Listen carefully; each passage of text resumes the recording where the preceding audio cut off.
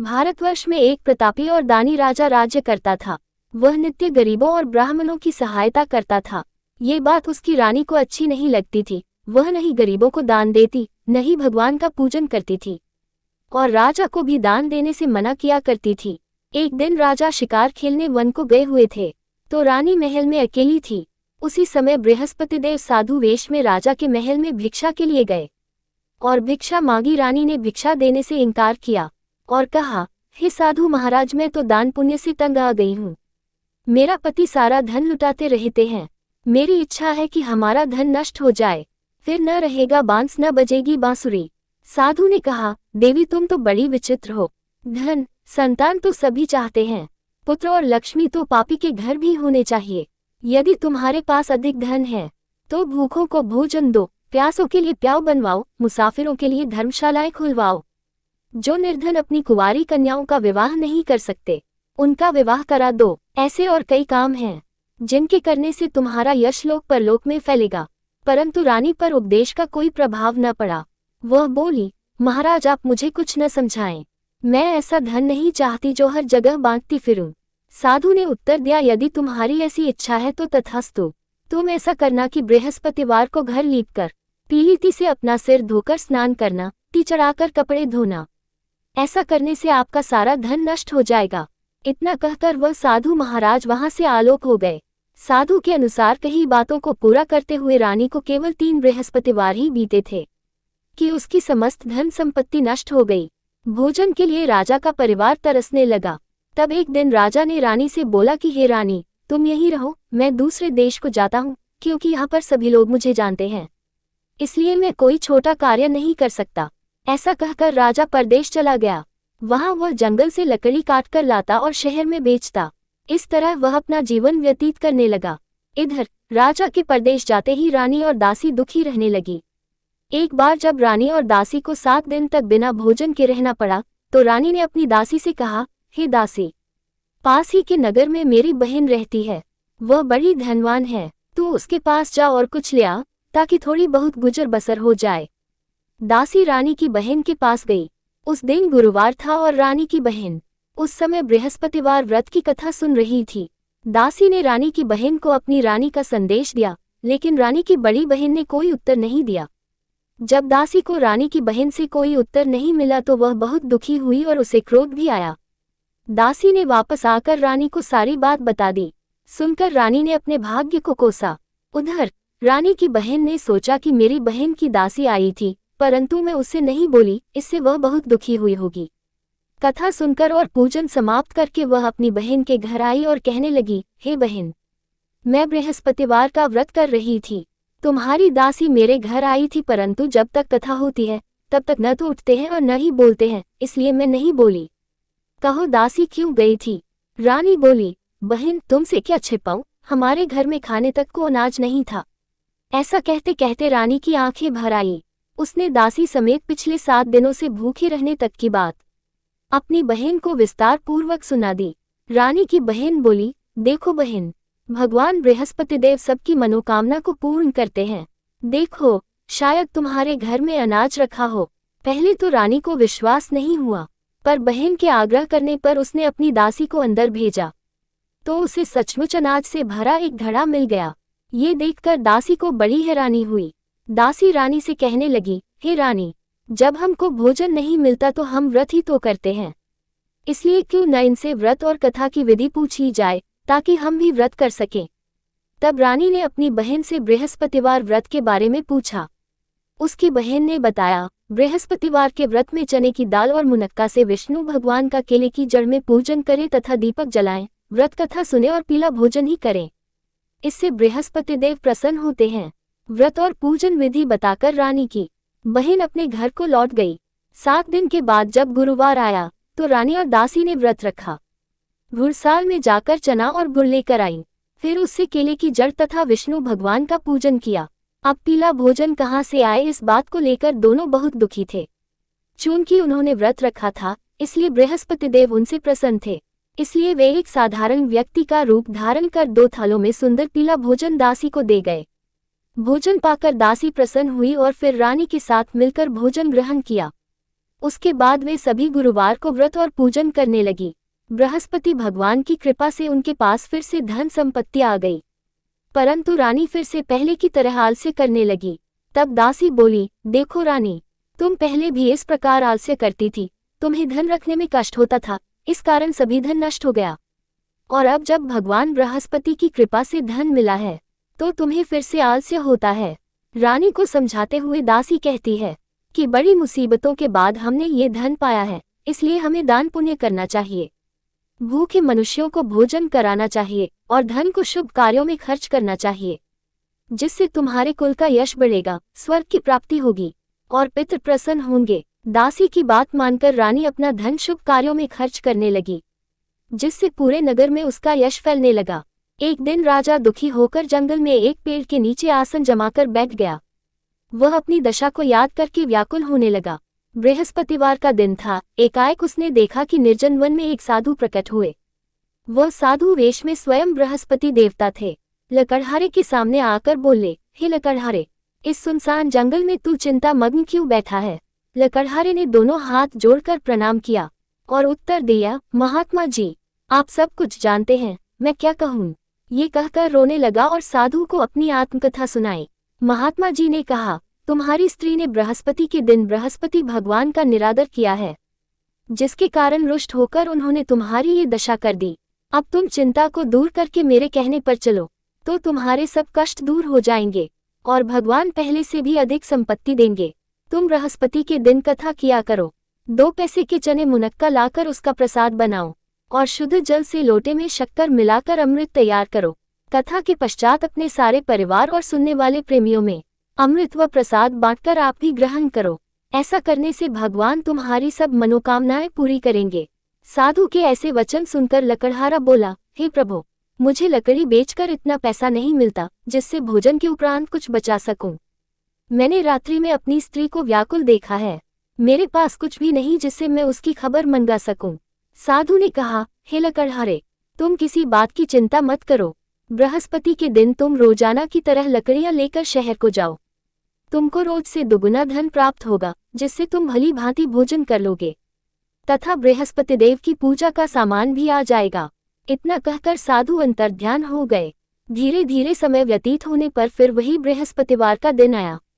लकड़हारा जंगल से लकड़ी काटकर किसी शहर में बेचने गया। उसे उस दिन और दिन से अधिक पैसा मिला। राजा ने चना गुड़ आदि लाकर गुरुवार का व्रत किया। उस दिन से उसके सभी क्लेश दूर हुए, परंतु जब दोबारा गुरुवार का दिन आया तो बृहस्पतिवार का व्रत करना भूल गया। इस कारण बृहस्पति भगवान नाराज हो गए। उस दिन उस नगर के राजा ने विशाल यज्ञ का आयोजन किया तथा शहर में ये घोषणा करा दी कि कोई भी मनुष्य अपने घर में भोजन न बनावे न आग जलावे। समस्त जनता मेरे यहाँ भोजन करने आवे। इस आज्ञा को जो न मानेगा उसे फांसी की सजा दी जाएगी। इस तरह की घोषणा संपूर्ण नगर में करवा दी गई। राजा की आज्ञानुसार शहर के सभी लोग भोजन करने गए, लेकिन लकड़हारा कुछ देर से पहुंचा, इसलिए राजा उसको अपने साथ घर लिवा ले गए और ले जाकर भोजन करा रहे थे तो रानी की दृष्टि उस खूंटी पर पड़ी जिस पर उसका हार लटका हुआ था। वह वहां पर दिखाई नहीं दिया। रानी ने निश्चय किया कि मेरा हार इस मनुष्य ने चुरा लिया है। उसी समय सिपाहियों को बुलाकर उसको कारागार में डलवा दिया। जब लकड़हारा कारागार में पड़ गया और बहुत दुखी होकर विचार करने लगा कि न जाने कौन से पूर्व जन्म के कर्म से मुझे ये दुख प्राप्त हुआ है, और उसी साधु को याद करने लगा जो कि जंगल में मिला था। उसी समय तत्काल बृहस्पतिदेव साधु के रूप में प्रकट हुए और उसकी दशा को देखकर कहने लगे, अरे मूर्ख, तूने बृहस्पतिदेव की कथा नहीं करी, इस कारण तुझे दुख प्राप्त हुआ है। अब चिंता मत कर, बृहस्पतिवार के दिन कारागार के दरवाजे पर 4 पैसे पड़े मिलेंगे, उनसे तू बृहस्पतिदेव की पूजा करना, तेरे सभी कष्ट दूर हो जाएंगे। बृहस्पति के दिन उसे 4 पैसे मिले।